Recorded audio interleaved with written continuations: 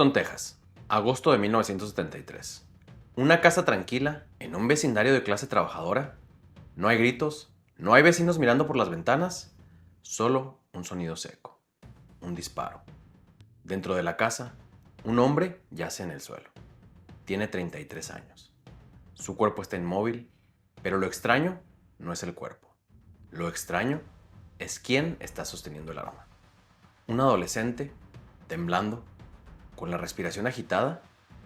Cuando la policía llega, el joven no intenta escapar, no intenta mentir, solo dice algo que nadie esperaba escuchar. Dice que no fue en defensa propia. Dice que fue necesario, porque ese hombre era un asesino. Durante años, adolescentes habían desaparecido en Houston. Muchos tenían entre 13 y 17 años. Algunos eran amigos entre sí, otros simplemente nunca volvieron a casa. La policía pensaba que muchos habían huido, otros creían que se trataba de drogas, pero la verdad era mucho más oscura. Porque el hombre que yacía muerto en el suelo no había actuado solo. Tenía ayudantes, 2 adolescentes, y juntos habían secuestrado y asesinado jóvenes durante años.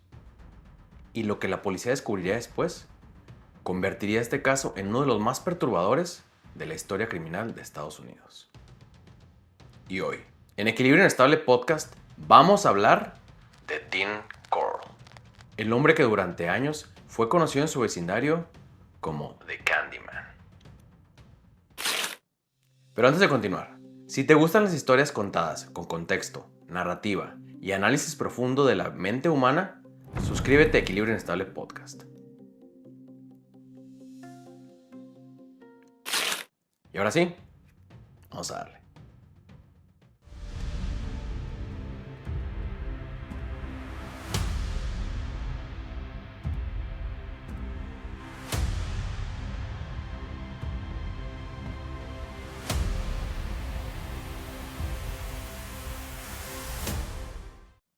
Para entender cómo comienza esta historia, tenemos que retroceder varias décadas. A Houston, a finales de los años 30, ahí, el 24 de diciembre de 1939, nació Dean Corll. Navidad, una fecha que normalmente se asocia con familia, celebraciones y reuniones, pero en la casa de los Corll, la estabilidad no era precisamente la norma. Sus padres tenían una relación complicada, discusiones frecuentes, separaciones, reconciliaciones y finalmente, divorcio. Dean pasó gran parte de su infancia viviendo con su madre, Mary Robinson Corll, una mujer descrita por quienes la conocieron como dominante, estricta y muy controladora. Después del divorcio, Dean se convirtió prácticamente en el centro de su vida, y durante años la relación entre ambos sería muy cercana, aunque también profundamente dependiente. En la escuela, Dean no era el tipo de estudiante que llamaba demasiado la atención.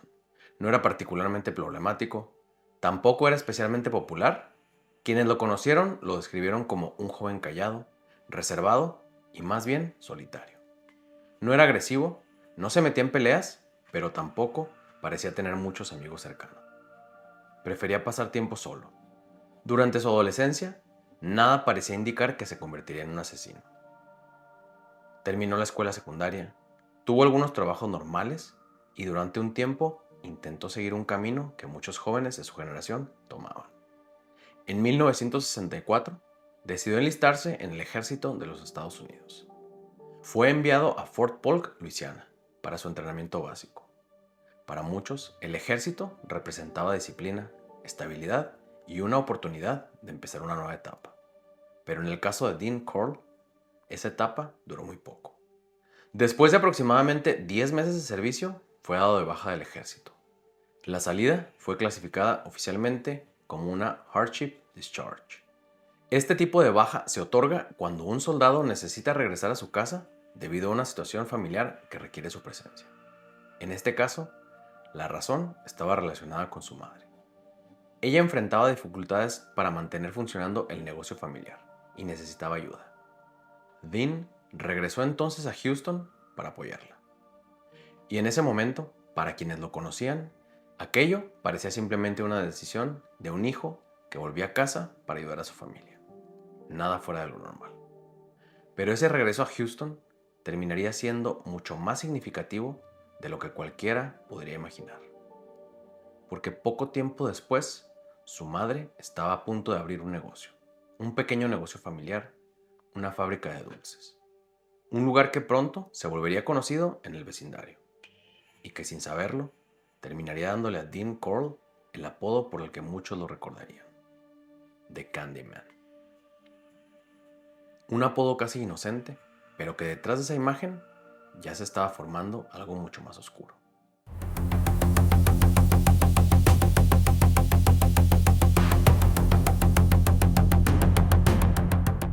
A mediados de los años 60, la madre de Dean Corll abrió un pequeño negocio familiar en Houston.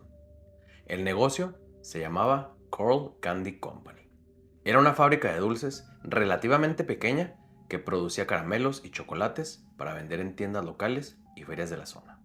El negocio operaba en el área de Houston Heights, un vecindario de clase trabajadora donde muchas familias se conocían entre sí. Dean comenzó a trabajar ahí ayudando con la producción, el empaque y la distribución. Pasaba muchas horas en la fábrica, a veces conduciendo para entregar productos, otras veces atendiendo clientes. Para los vecinos parecía una vida completamente normal. Un hombre joven trabajando con su madre, un pequeño negocio local, nada fuera de lo común. Pero con el tiempo, Dean desarrolló una costumbre que muchos jóvenes del vecindario recordarían años después. A menudo regalaba dulces gratis. Cuando los adolescentes pasaban por la fábrica o por la tienda, Dean les ofrecía caramelos, chicles, chocolates, a veces incluso sodas. Era un gesto que parecía amable, algo que no llamaba la atención. Con el tiempo, muchos adolescentes comenzaron a reunirse cerca del negocio. Se quedaban platicando, escuchaban música, pasaban el rato. Para muchos jóvenes del vecindario, ese lugar se volvió un punto de reunión. Dean también parecía disfrutar de esa compañía. Hablando con los jóvenes, los escuchaba. En ocasiones incluso les daba pequeñas cantidades de dinero para hacer encargos o ayudar con algo. Con el tiempo, algunos vecinos comenzaron a llamarlo de una forma aparentemente inofensiva: The Candyman. Un apodo que sonaba casi simpático. El hombre que regalaba dulces a los jóvenes del vecindario. Pero lo que nadie imaginaba es que esa cercanía con los adolescentes también le estaba dando algo más. Algo mucho más útil para alguien con intenciones oscuras: acceso, confianza y la oportunidad de observar. Observar quiénes eran más vulnerables, quiénes tenían problemas en casa, quiénes pueden desaparecer sin que nadie hiciera demasiadas preguntas.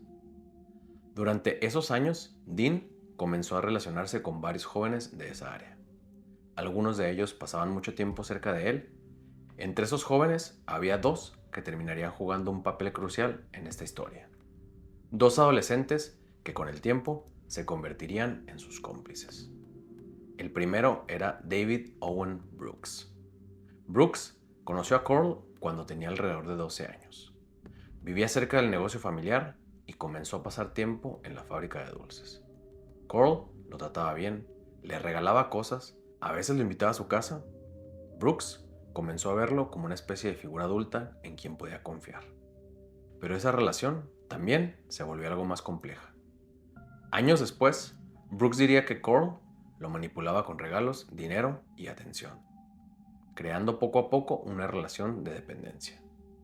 El segundo joven aparecería un poco más tarde. Se llamaba Elmer Wayne Hindley. Hindley era diferente a Brooks. Era más extrovertido, más sociable, tenía muchos amigos, conocía a muchos jóvenes del vecindario. Y eso terminaría siendo exactamente lo que Corll necesitaba. Porque mientras todos veían a un hombre tranquilo trabajando en una fábrica de dulces, Dean Corll estaba comenzando a construir algo mucho más oscuro. Una dinámica de manipulación, un sistema en el que estos adolescentes terminarían ayudándolo a atraer a otros jóvenes. Amigos, conocidos, compañeros de vecindario. Al principio, muchos de ellos no sabían exactamente qué estaba ocurriendo. Solo sabían que Corll pagaba dinero para atraer personas a su casa. Una invitación, una reunión, una fiesta, algo que parecía completamente normal. Pero una vez que esos jóvenes cruzaban la puerta de la casa de Dean Corll, la situación cambiaba completamente. Y cuando finalmente ocurrió el primer asesinato, Dean Corll ya no estaba solo.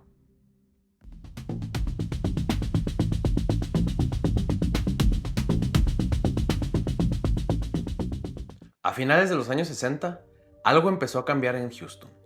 Adolescentes comenzaron a desaparecer, no todos al mismo tiempo, no todos en el mismo lugar, pero poco a poco, diferentes familias empezaron a notar lo mismo.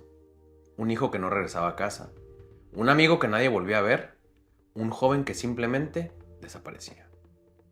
En aquel momento, muchas de estas desapariciones no generaron una gran alarma.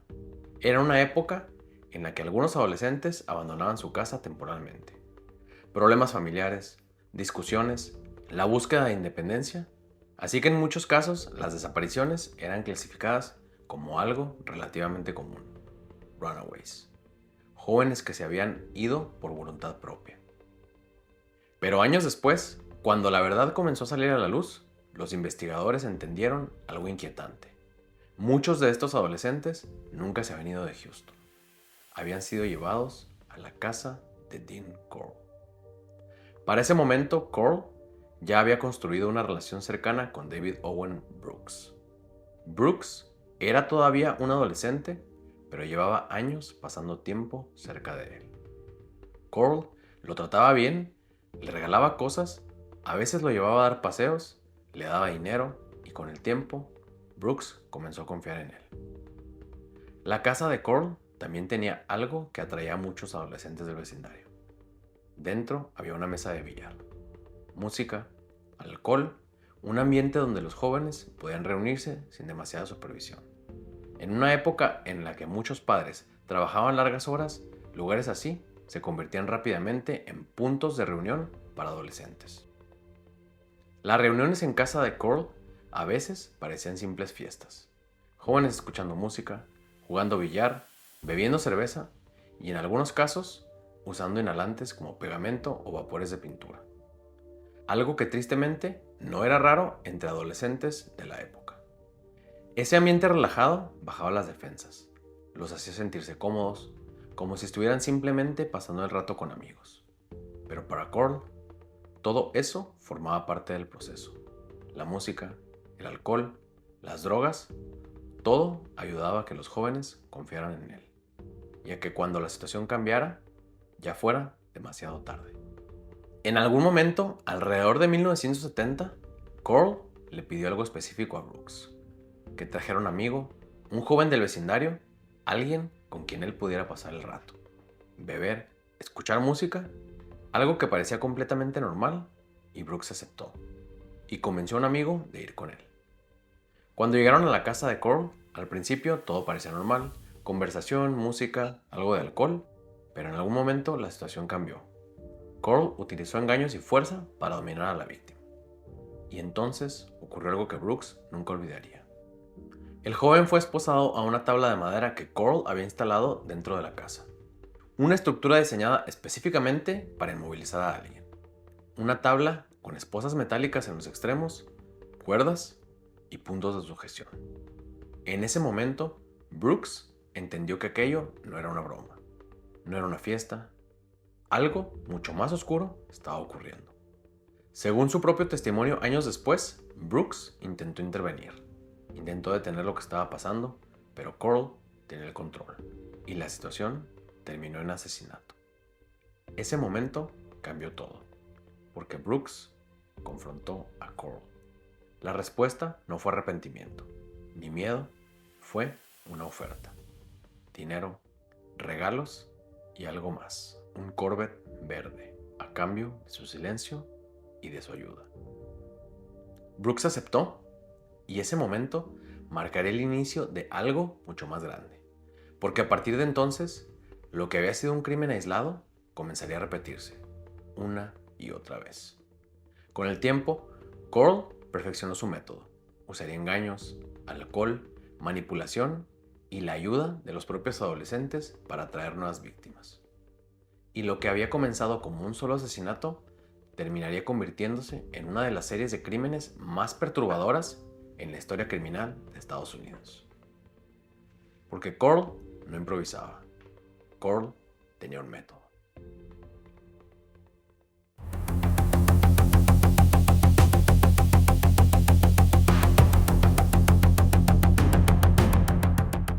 Con el tiempo, los investigadores descubrirían que los crímenes de Dean Coral no eran impulsivos.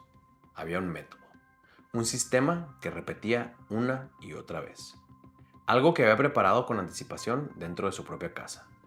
La pieza central en ese sistema era una estructura de madera. Una tabla grande colocada en la pared, con esposas metálicas instaladas en los extremos, cuerdas y puntos de sujeción. Un dispositivo diseñado específicamente para inmovilizar a alguien. Los investigadores comenzaron a referirse a esta estructura como la tabla de tortura.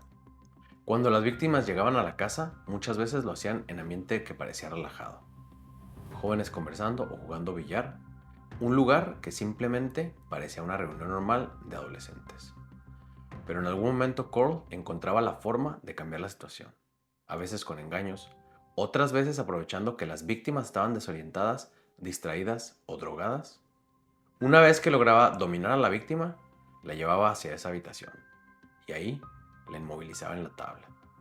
Las esposas cerrándose sobre las muñecas, las cuerdas asegurando el cuerpo. En ese momento, el control era absoluto. La víctima quedaba completamente indefensa.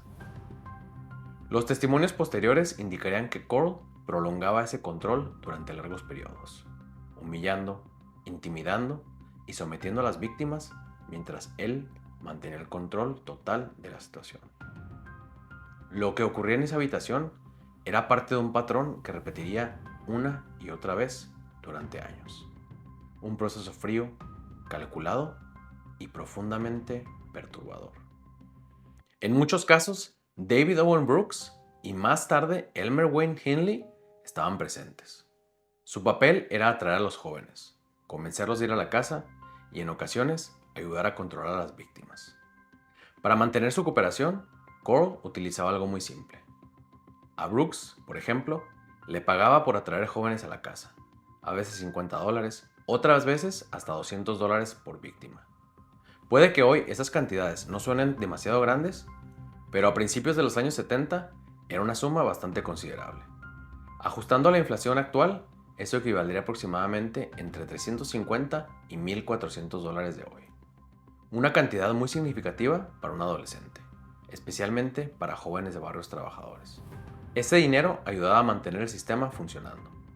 Brooks y más tarde Elmer Wayne Hindley seguían trayendo jóvenes, amigos, conocidos, compañeros de escuela, muchas veces sin entender del todo lo que ocurriría después.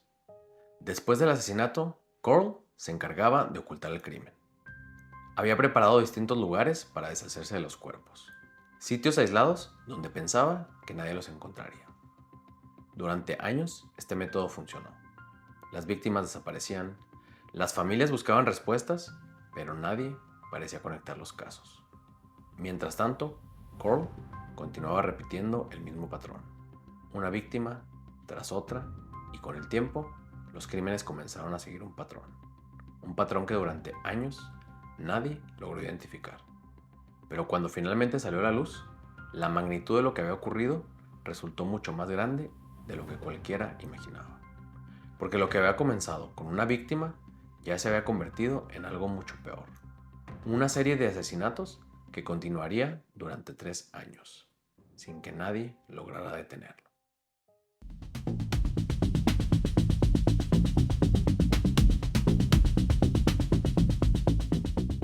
Durante los primeros meses, las desapariciones parecían incidentes aislados. Un adolescente que no volvía a casa, otro que dejaba de aparecer a la escuela, un amigo que simplemente desaparecía. Pero dentro de la casa de Dean Coral, el patrón ya estaba completamente establecido. Una víctima llegaba, era inmovilizada y después el asesinato. Coral se encargaba de eliminar cualquier rastro. Los cuerpos no se quedaban en la casa. Coral había pensado en eso desde el principio. Sabía que si quería seguir actuando sin levantar sospechas, necesitaba lugares donde nadie fuera a buscar. Y encontró varios. El primero era un cobertizo de almacenamiento de botes cerca de la costa de Texas. Un lugar aislado, con suelo de tierra, donde cavar no llamaba la atención. Durante años, ese lugar se convertiría en el principal sitio donde Coral enterraría muchas de sus víctimas. Pero no era el único. Algunos cuerpos también fueron enterrados cerca de High Island, una zona remota cerca del Golfo de México. Un lugar donde el viento del mar y la arena cubrían rápidamente cualquier rastro. Otros terminarían enterrados cerca de Lake Sam Rayburn, un área boscosa y aislada donde Coral creía que nadie encontraría nada. Cada vez que ocurría un asesinato, el proceso se repetía. El cuerpo era envuelto, transportado de noche, enterrado y después la vida continuaba como si nada hubiera pasado. Mientras tanto, en Houston las desapariciones seguían acumulándose. Familias buscaban respuestas, padres pegaban fotografías de sus hijos desaparecidos, amigos preguntaban qué había pasado, pero las respuestas nunca llegaban. Muchos de los jóvenes que desaparecían provenían de barrios humildes. Algunos tenían problemas en casa, otros simplemente eran adolescentes que pasaban mucho tiempo fuera. Eso hacía que en muchos casos las desapariciones no recibieran la atención que hoy recibirían. Y mientras la ciudad intentaba entender qué estaba pasando, Coral seguía repitiendo el mismo patrón. Una víctima, luego la otra y luego otra más. David Owen Brooks y Elmer Wynn Hindley seguían trayéndole jóvenes, amigos, conocidos, compañeros de escuela, a veces simplemente adolescentes que conocían en el vecindario. Muchos de ellos entraban a casa de Coral pensando que iban a una reunión, solo para pasar el rato, pero para muchos de ellos, ese sería el último lugar donde alguien los vería con vida.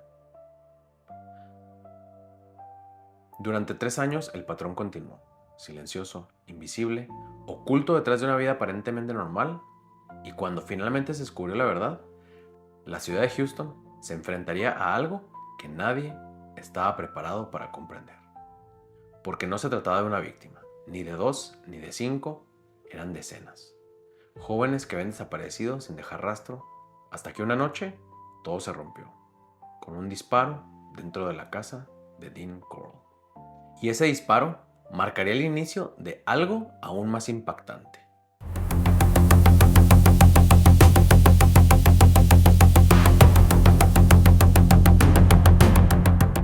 Y ese disparo no solo terminaría con la vida de Dean Coral, sería el inicio de algo mucho más grande, mucho más oscuro, porque lo que la policía estaba a punto de descubrir no era solo un asesinato, era una historia enterrada, literalmente.